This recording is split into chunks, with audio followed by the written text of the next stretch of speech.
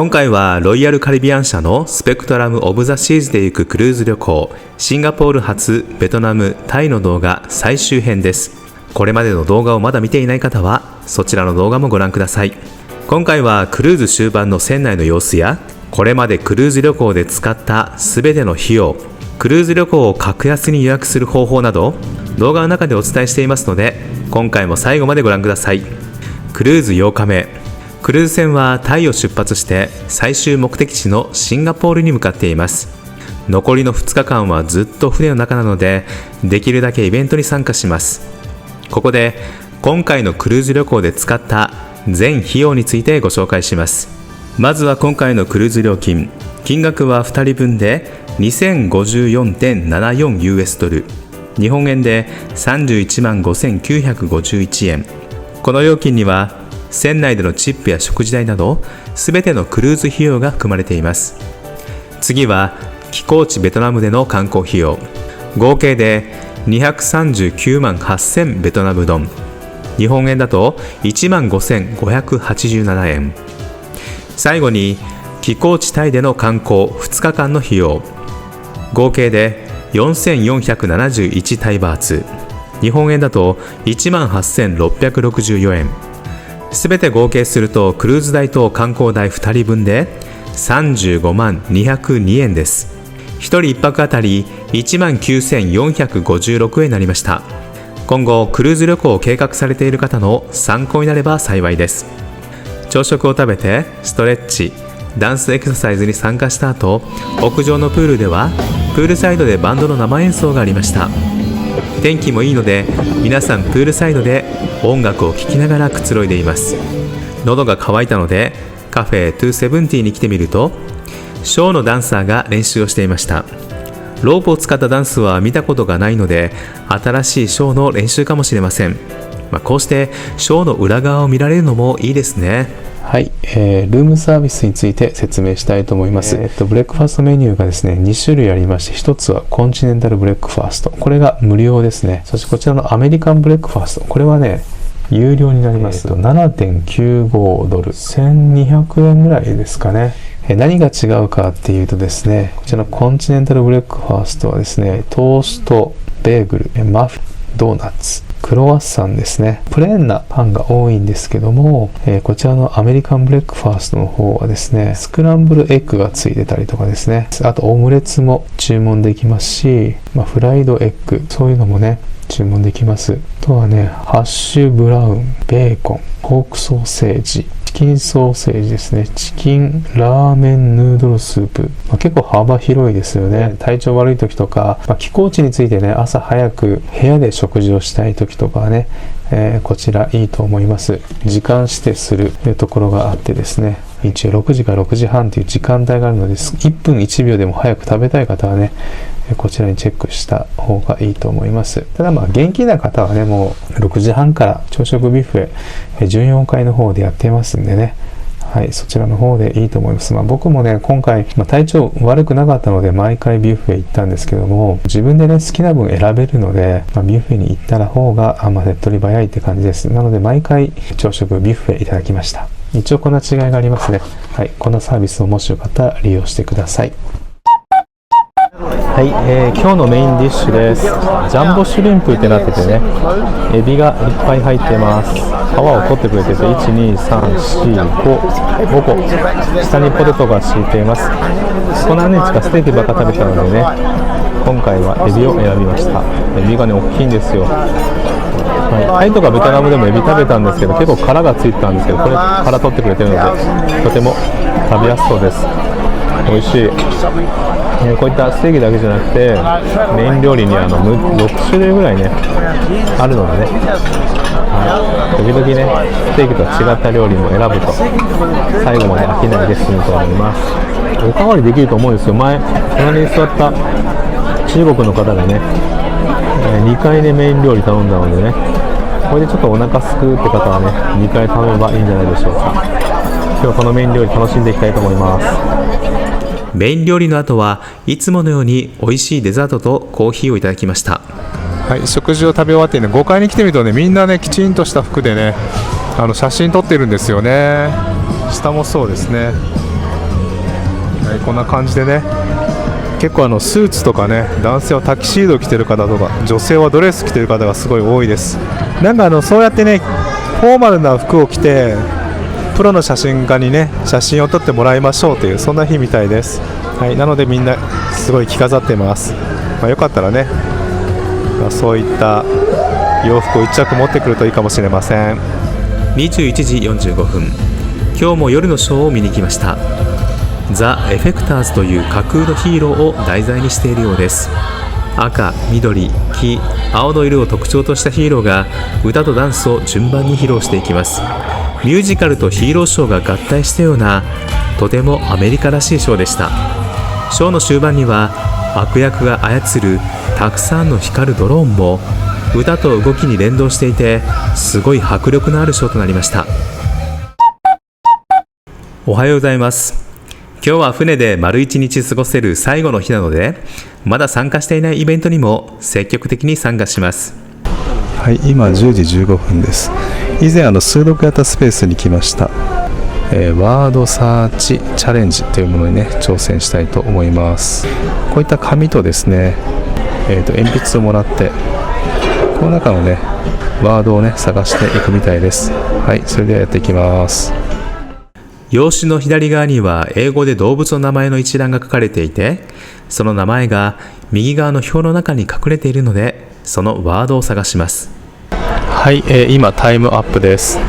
はい、結局ですね、僕の方がですね、13ワード書き出すことができましたね。斜めとかもね、あと後ろ向きとかのあるみたいで、やっぱ難しいですね。日本語だったらね、もっと早く解けるとは思うんですけど、英語ね、得意な方はもっと早いと思います。妻の方がこちら、27個、僕の倍以上ね、はい、解けたみたいです。はい、やっぱ僕よりね、英語が得意なので、早いですね。ぜひね、僕みたいに英語わからなくても参加できるので楽しめますので、ぜひよかったら参加してみてください。はい、今ですね、先ほどのワードパズルと同じ会場でですね、11時からですね、マッチスティックパズルっていうのをね、始まりましたんで、そのままこれ楽しみたいと思います。マッチを1本動かして正しい答えにするみたいです。これはちょっとね、簡単そうなのでやっていきたいと思います。左側の計算式上のマッチを1本だけ動かして、イコールの右側に書かれている答えと同じ数字にするゲームです。このパズルは言語のスキルは全く関係ないので助かります。はい、今答え合わせをしています。今回ね、2人ともすごい成績いいなと思ってね、ちょっと誇らしかったんですけどね、ただこれ実はね、裏もあったんです。今気づきましたなので裏白紙ですね。そんなに言葉関係ないので誰でも参加できるので、よかったらこれも参加してみてください。結構ね、頭使います。面白いです。はい、それでは、このイベントからは以上です。昼食の後、大人専用のスペースのジャグジーでゆっくり過ごしました。このジャグジーは船の先頭に位置しているので、船の進む方向がよく見えます。ジャグジーの泡も大人専用だからか、かなり強力な泡を楽しめます。こちらはガラス張りでとても明るいですが、空調が効いていて快適なジャグジーなのでおすすめです。こちらのイベントはプールに飛び込んでどれだけ大きな水しぶきを上げるかを競う大会。飛び込んで大きな水しぶきを上げる体格と技術はもちろん、飛び込み台に行くまでにオリジナルダンスを踊る、とても勇気が必要なイベントです。最終日なので、レストランのスタッフがみんなでクルーズのお別れにダンスを踊ってくれます。こちらのイベントは2部構成で開催されるので、事前にスタッフに時間を聞いておいて、その時間にレストランを予約するか、時間になったら見に行くのをお勧めします。ダンスを見た後は最後の夕食、地中海ステーキをいただきました。こちらのステーキも柔らかくて美味しいです。ほぼ毎日ステーキを食べた生活もこれで最後。しっかり味わっていただきます。デザートはブラウニーチョコケーキとバニラアイスをいただきました。9時15分からね、この上のバルーンが降りてくるイベントをやるので、こちらの会場に来ました。結構ね、これから人がどんどん集まってくると思います。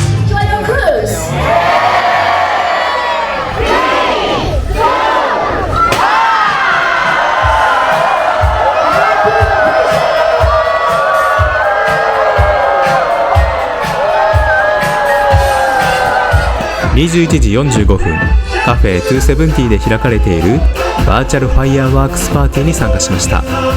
前回のクルーズの時は2人とも体調が悪くて参加できなかったので、今回は楽しみたいと思います。パーティーが始まると、司会者は中央のダンススペースに集まって一緒にダンスするよう乗客に呼びかけます。座ったまま上半身だけでもダンスに参加できるので、今回は座ったままで参加します。司会者と同じように踊ってとにかく盛り上がるイベントです。イベントの終盤では大画面にバーチャル花火が上がって会場の盛り上がりは最高潮へ。とても楽しいイベントだったので、次回はぜひダンスホールで参加したいと思います。帰りにバンド演奏が聞こえてきたので少し覗いてみました。座って静かに演奏を聴く人もいれば、演奏に合わせて踊る人もいます。皆さんクルーズ最後の夜をそれぞれのペースで楽しんでいます。はい、シンガポール到着しました。まだね船動いてるんですけども、8時にはね出ていく予定です。今ちょうど朝の6時です。これから食事をとりたいと思います。今ウィンドジャマーのビュッフェに来ています。最後の朝食ですね。はい、サラダとポテトですね。ここのポテト本当美味しかったので毎日食べました。これが食べ納めです。皆さんねやっぱり8時には出なきゃいけないので、結構もう朝の6時から混雑してます。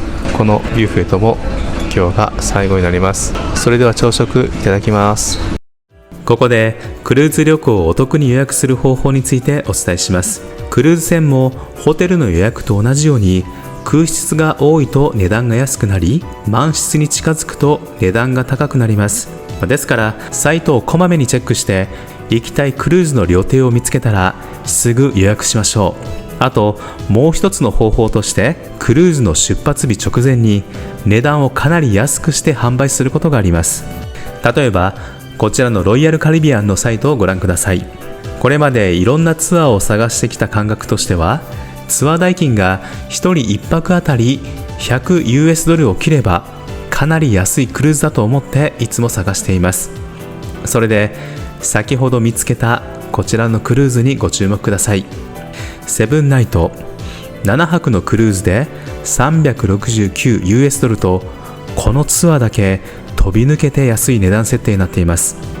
このツアーの出発地と到着地はオーストラリアで、ニューカレドニアやバヌアツなど太平洋の島々を回るツアーです。クリックして詳細を見ると、他の日程は高いのにこれだけ飛び抜けて安いのがわかります。なんで安いのかというと、このツアーは日付が近いんですよね。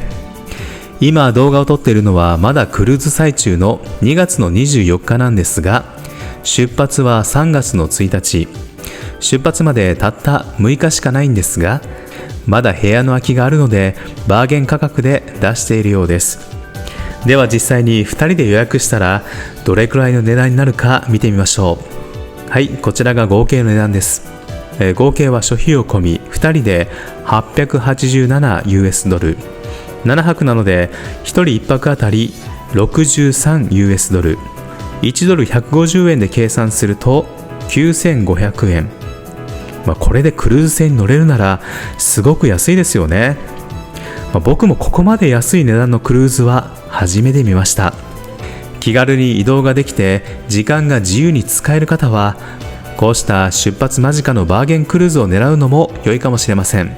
以上がクルーズ船を安く予約する2つの方法でした。参考になれば幸いです。クルーズ船を降りるときに出発時に没収された延長コードを返却してもらいました。テーブルの上にはたくさんの人から没収した品々が置かれています。こうして見ると結構皆さん没収されているんですね。没収品を見てみると電気ポットやドライヤーなどが多いようです。クルーズに乗船するときは気をつけてください。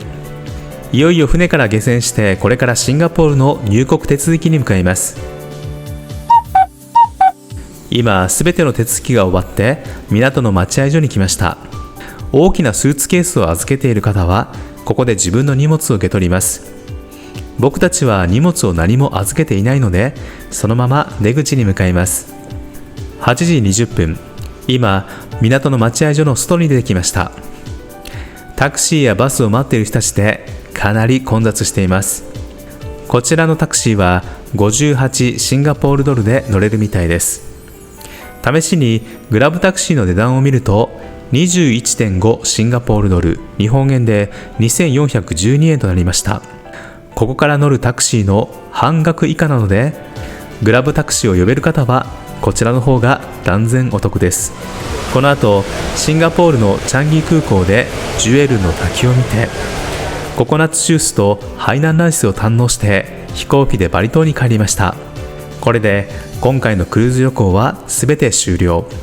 またすでに来年のロイヤルカリビアンのクルーズを2つ予約したので、よかったらチャンネル登録して時々このチャンネルを覗いてみてください。いいねボタンも押していただけると嬉しいです。では最後までご視聴ありがとうございました。